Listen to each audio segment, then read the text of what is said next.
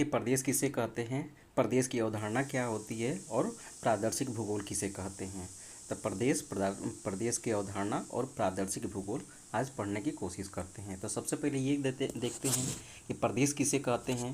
तो प्रदेश का जो अर्थ होता है, प्रदेश का जो अर्थ होता है पृथ्वी तल का वह इकाई क्षेत्र जो अपने विशेष लक्षणों के कारण अपने समीपवर्ती जो अन्य इकाई जो क्षेत्र होता है उससे अलग होता है, उसे हम लोग प्रदेश कहते हैं। यानी कहने का मतलब यह है कि प्रदेश आपस में क्या होता है कि समरूपता रखता है, लेकिन पास वाले जो क्षेत्र होता है उसे भिन्नता रखता है, उसे हम लोग एक प्रदेश की संज्ञा देते हैं। अब वहीं बात करते हैं कि प्रदेश के कौन कौन सी ऐसी विशेषताएं होती हैं, तो इसकी विशेषता देखने की कोशिश करते हैं। तो पहला इसका विशेषता होता है कि जो प्रदेश होता है एक निश्चित अर्थ वाली इकाई क्षेत्र होता है। यानी कहने का मतलब कि अगर किसी भी क्षेत्र को अगर आप प्रदेश के रूप में विभाजित कर रहे हैं तो उसकी क्या होगी, एक विशिष्ट स्थिति होगी, यानी कि एक उसकी पहचान होगी, उसकी कोई एक निश्चित अर्थ होगा जिसे हम लोग प्रदेश कहेंगे। दूसरी इसकी विशेषता होती है कि प्रदेश का जो निहित उद्देश्य होता है उसके आधार पर अध्ययन किया जाता है। यानी कहने का मतलब यह है कि अगर कोई भी एक प्रदेश बनाया गया है तो उसका कोई एक निहित उद्देश्य होता है, उस उद्देश्य के लिए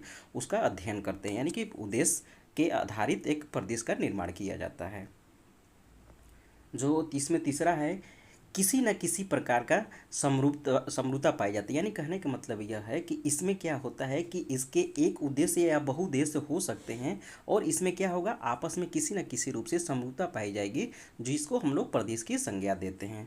अगला जो होता है, प्रदेश की जो समीपवर्ती वाला जो क्षेत्र होता है उससे क्या होता है, स्पष्ट रूप से भिन्न यानी कि अलग होता है। यानी कहने का मतलब है कि प्रदेश की पहचान ही यही होती है कि एक प्रदेश जब दूसरे प्रदेश से अलग होता है या कोई एक भूभाग जब अपने आसपास वाले दूसरे भूभाग से जब अलग होता है तो उसको प्रदेश की संज्ञा देते हैं। इसका मतलब यह है कि इसमें स्पष्ट रूप से भिन्नता पाई जाती हैं। जो अगला इसका होता है, प्रदेश की जो सीमाएं होती हैं वो अस्थाई न होकर क्या होती है, अस्थाई होती है। यानी कहने का मतलब यह है कि इसमें समय के साथ क्या होता है, परिवर्तन होता रहता है।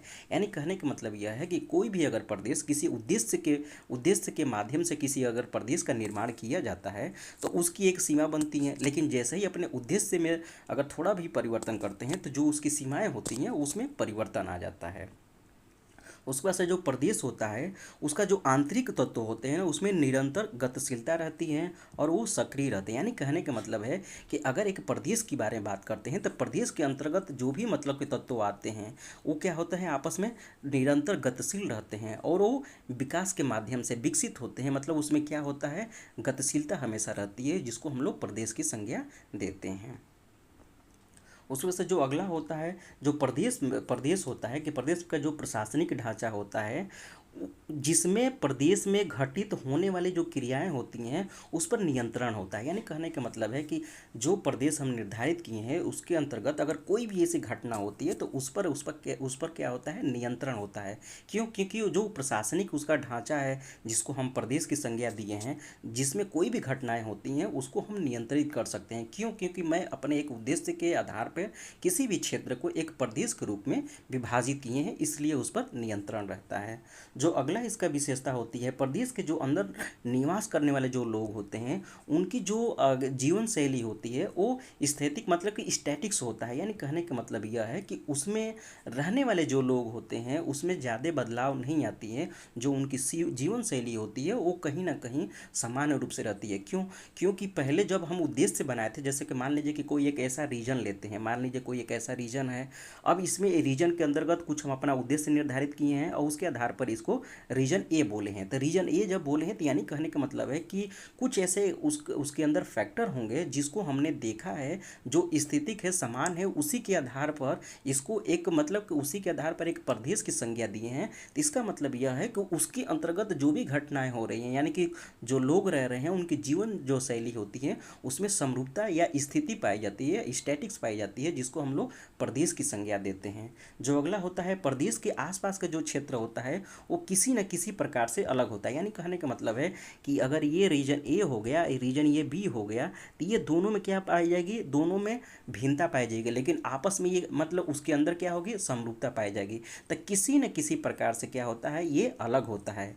उसका विस्तार कितनी दूरी तक क्यों ना हो, जितनी भी दूरी तक होगा उसमें वहाँ तक वो व्याप्त पाया जाएगा। यानी कहने का मतलब है कि प्रदेश जितना भी बड़ा हो उससे कोई फर्क नहीं पड़ता है, लेकिन उसके अंतर्गत जो भी मतलब के तत्व होते हैं उसमें समरूपता पाई जाती है। जैसे ही उसमें क्या भिन्नता पाई जाएगी तो वो एक प्रदेश से दूसरा प्रदेश अलग हो जाएगा। उसके बाद से प्रदेश समझने के बाद से ये देखते हैं कि प्रदेश की कंसेप्ट क्या होता है, मतलब कि इसकी संकल्पना क्या हो सकती है। तो सबसे पहले जो भूगोल विषय में अगर बात करते हैं तो इसके अंतर्गत जो यूनानी यानी कि ग्रीक के जो ज्योग्राफर थे, भूगोलवेत्ता थे, हेरोडोटस, और जो रोमन के ज्योग्राफर थे, स्ट्रैबो, उन्होंने भूगोल शब्द का प्रयोग किया, यानी कि भूगोल जो क्षेत्र है उसका प्रयोग किया। अगर आधुनिक समय की बात करते हैं तो आधुनिक समय में जो जर्मन भूगोलवेत्ता थे, रीटर महोदय ने ये इसका प्रयोग किया। तो रीटर का कहना था कि जो प्रदेश शब्द है उसका उपयोग मुख्य रूप से उन्होंने जो द्वैतवाद उपागम होता है, यानी कि जो ड्यूलिज्म अप्रोच होता है, उसमें इसका क्या करें प्रयोग करके प्रयोग किए। और उसके आधार पर इन्होंने क्या किया कि क्रमबद्ध बना ये प्रादर्शिक भूगोल यानी कि सिस्टमेटिक वर्ड से रीजनल ज्योग्राफी के अंतर्गत जो द्वैतवाद है, जो ड्यूलिज्म है, उसका प्रारंभ हुआ। अगर साधारण शब्दों में बात करें कि प्रदेश क्या होता है, तो प्रदेश का अर्थ होता है एक स्थल खंड के उस इकाई को जहाँ पर अधिकतर जो भौगोलिक तत्व होते हैं उसमें समरूपता पाई जाती हैं, और उसके भौगोलिक परिस्थितियाँ उसके आसपास के क्षेत्रों से आसपास के क्षेत्रों की परिस्थितियों से क्या होती है, भिन्नता पाई जाती है, जिसे हम लोग प्रदेश की संज्ञा देते हैं। अगर वहीं बात करते हैं कि और जो जैसे कि हडसन महोदय हुए, एक ज्योग्राफर हुए, एक डिकिंसन हुए, फिर से एक फेमन हुए, तो इनका क्या कहना था। तो ये हडसन महोदय ने बोल रहे हैं कि पृथ्वी का प्रदेश पृथ्वी की सतह की वह क्षेत्र है जहाँ भूमि हो गया, जल हो गया, वायु हो गई, वनस्पतियाँ हो गई, जीव जंतु हो गए तथा मानव के बीच में क्या होता है, क्षेत्रीय सहसंबद्धता पाई जाती है। मतलब कि उनके समय में क्या होता है, संबंध पाए जाते हैं, इंटरेक्शन पाए जाते हैं। वहीं अगर डिकिंसन की बात करते हैं तो डिकिंसन के कहना के मतलब ये है कि जो प्रदेश की जो विशिष्ट आर्थिक समरूपता वाला जो क्षेत्र होता है, लेकिन इसके आधार पर जो भौतिक परिस्थितियों की समरूपता होती है, उसे हम लोग एक प्रदेश की संज्ञा देते हैं। फेनमन बोलते हैं कि प्रदेश एक ऐसा मतलब कि क्षेत्र होता है जिसकी सभी भागों में समतुल्य भूतलीय दशा यानी कि यूनिफॉर्म सरफेस कंडीशन मिलती है, जो आसपास के जो क्षेत्र होते हैं उससे क्या होता है, सर्वदा भिन्न होता है, जिसे हम लोग प्रदेश की संज्ञा देते हैं। अब प्रदेश की कंसेप्ट पढ़ने के बाद से ये देखते हैं कि क्षेत्रीय भूगोल यानी कि रीजनल ज्योग्राफी किसे कहा जाता है। तो जब रीजनल ज्योग्राफी की बात करते हैं तो क्षेत्रीय भूगोल भूगोल की एक शाखा है जो पृथ्वी के विभिन्न क्षेत्रों का अध्ययन करती है। यह क्षेत्रों की भौतिक, मानवीय लक्षणों के और उनके उनके संबंध जो अंतरक्रिया होता है, जो इंटरेक्शन होता है, और विकास का विश्लेषण करती है, जिसे हम लोग क्षेत्रीय भूगोल यानी कि रीजनल ज्योग्राफी करते हैं। अब रीजनल ज्योग्राफी की विशेषता क्या हो सकती है, तो रीजनल ज्योग्राफी की पहली विशेषता होती है, यह क्या क्या करता है, क्षेत्रों के अध्ययन में मदद करता है। यानी कि यह भूगोल के विशिष्ट क्षेत्र जैसे देश हो गया, राज्य हो गया, महाद्वीप हो गया, या अन्य जो भौगोलिक क्षेत्र होते हैं, इकाइयाँ होता है, उसके अध्ययन करने में क्या करता है, मदद करता है, यानी कि उसमें सहूलियत मतलब कि पहुंचाता है। दूसरी इसकी विशेषता है कि भौतिक और मानविक लक्षण, यानी कहने का मतलब है कि कोई भी अगर एक प्रदेश है उसके अंदर क्या होता है, भौतिक और मानविक लक्षण होता है। यानी कि इसमें क्या होता है, प्रदेश के जो भौतिक तत्व होते हैं जैसे जलवायु हो गया, भूगर्भ हो गया, स्थलाकृति हो गई, वनस्पतियाँ हो गया, जीव जंतु हो गई, जनसंख्या हो गया, फिर से अर्थव्यवस्था, सांस्कृतिक आदि जितने भी मतलब के तत्व जो भौगोलिक तत्व होते हैं, क्या होता है इसमें एक मतलब कि भौतिक और सांस्कृतिक संबंध पाए जाते हैं, यानी कि लक्षण पाए जाते हैं। उसके बाद से जो इनका अगला विशेषता था अंतरक्रिया यानी कि इंटरेक्शन। इनका मानना था कि इन लक्षणों के बीच में अंतरक्रिया मतलब कि इंटरेक्शन का विश्लेषण करता है। यानी कहने का मतलब यह है कि जो जलवायु होता है उसका कृषि पर प्रभाव पड़ता है या जनसंख्या का उद्योग पर कैसे प्रभाव पड़ता है, इसका विश्लेषण करता है। उसके बाद से क्या होता है कि विकास, यानी कि इसके लक्षण में जो आगे इनकी विशेषता है वो विकास को दर्शाता है। यानी कि यह क्षेत्र विकास के पैटर्न, प्रक्रियाओं का अध्ययन करता है, जैसे औद्योगिकरण कैसे हुआ, शहरीकरण कैसे हुआ, ग्रामीण कैसे कैसे हुआ। तो यानी कहने का मतलब है कि जो क्षेत्र होता है उसमें क्या होता है कि एक विकास की लक्षण होती है कि उसको अध्ययन करके विकास किया जाता है। अब क्षेत्रीय भूगोल का कुछ महत्व देख लेते हैं कि क्षेत्रीय भूगोल का क्यों हम लोग मतलब कि अध्ययन करते हैं, क्यों पढ़ने की आवश्यकता है। तो इसका कुछ महत्व है। ये क्या करता है, पहले बात है कि यह समझने में मदद करता है। यानी कहने का मतलब है ना कि जो क्षेत्र होता है जब उसका अध्ययन करेंगे तो उसमें क्या होता है, समझने में मदद करता है। यानी कि किसी क्षेत्र के जो भौगोलिक विशेषता होती है, जैसे कि मानवीय गतिविधियाँ हो गई, उसमें समझने में क्या होती है, मदद करता है। दूसरा होता है संसाधन का प्रबंधन। अगर कोई विशेष क्षेत्र में किसी भी प्रकार के कोई संसाधन पाए जाते हैं, तो क्या होता है कि जब उसका अध्ययन किया जाता है तो अध्ययन करने के बाद से प्राकृतिक जो संसाधन होते हैं उसके संरक्षण और प्रबंधन में क्या होता है, सहायक होता है। यानी कि क्षेत्रीय भूगोल में जब क्षेत्रीय भूगोल का अध्ययन करते हैं तो ये संसाधनों का प्रबंध में सहायक होता है कि किसी क्षेत्र में किस प्रकार के संसाधन पाए जा रहे हैं, कितने हैं, उसका कैसे उपयोग किया जा सकता है, इन सारे बातों को क्या होता है, प्रबंधन में ये सहायक होता है। अगला होता है नियोजन। यानी कहने का मतलब है कि जो क्षेत्रीय भूगोल होता है वो कहीं ना कहीं नियोजन में मतलब कि उसका महत्व होता है। नियोजन कहने का मतलब है कि अगर किसी भी क्षेत्र विशेष का मान लीजिए अगर कोई पिछड़ा क्षेत्र है तो पहले क्या करेंगे, उसको क्षेत्रीय आधार पर एक उद्देश्य बनाकर उसका अध्ययन करेंगे।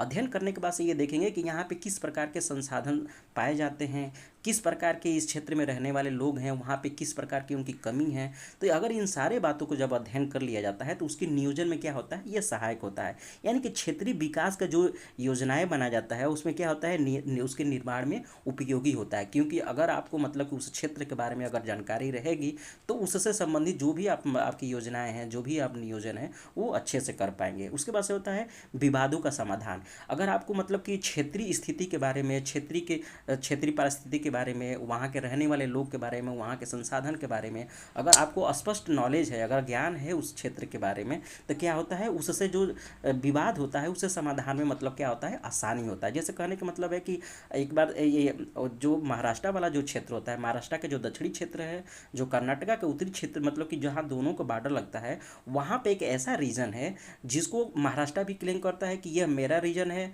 और कर्नाटका भी क्लेम करता है कि यह मेरा रीजन है। तो क्या होता है कि जब वहाँ उस क्षेत्र के बारे में अध्ययन करेंगे, वहाँ के संसाधन के बारे में जानेंगे, वहाँ के लोगों के बारे में जानेंगे, वहाँ के सोशियो इकोनॉमिक स्टेटस जानेंगे, लोगों का जुड़ाव किधर है, वो कौन सी भाषा बोलते हैं, इसकी इतिहास क्या रही है, अगर इन सारी चीज़ों के बारे में जब अध्ययन करेंगे तो इससे ये मतलब कि ये सिद्ध हो जाएगा कि यह क्षेत्र असल मायने में किसको जाना चाहिए, महाराष्ट्र को जाना चाहिए या कर्नाटक को जाना चाहिए। तो कहने का मतलब है कि अगर क्षेत्रीय भूगोल के अंतर्गत अगर क्षेत्र का अध्ययन करते हैं तो क्या करता है, ये जो क्या बोलते हैं विवाद होते हैं उसमें समाधान करने में भी ये आसानी होता है। तो आज हम लोग मतलब कि इसके प्रदेश क्या होते हैं, उसकी अवधारणाएं क्या होती है और ये क्षेत्रीय भूगोल क्या होता है उसके पढ़ने के लिए पढ़े हैं।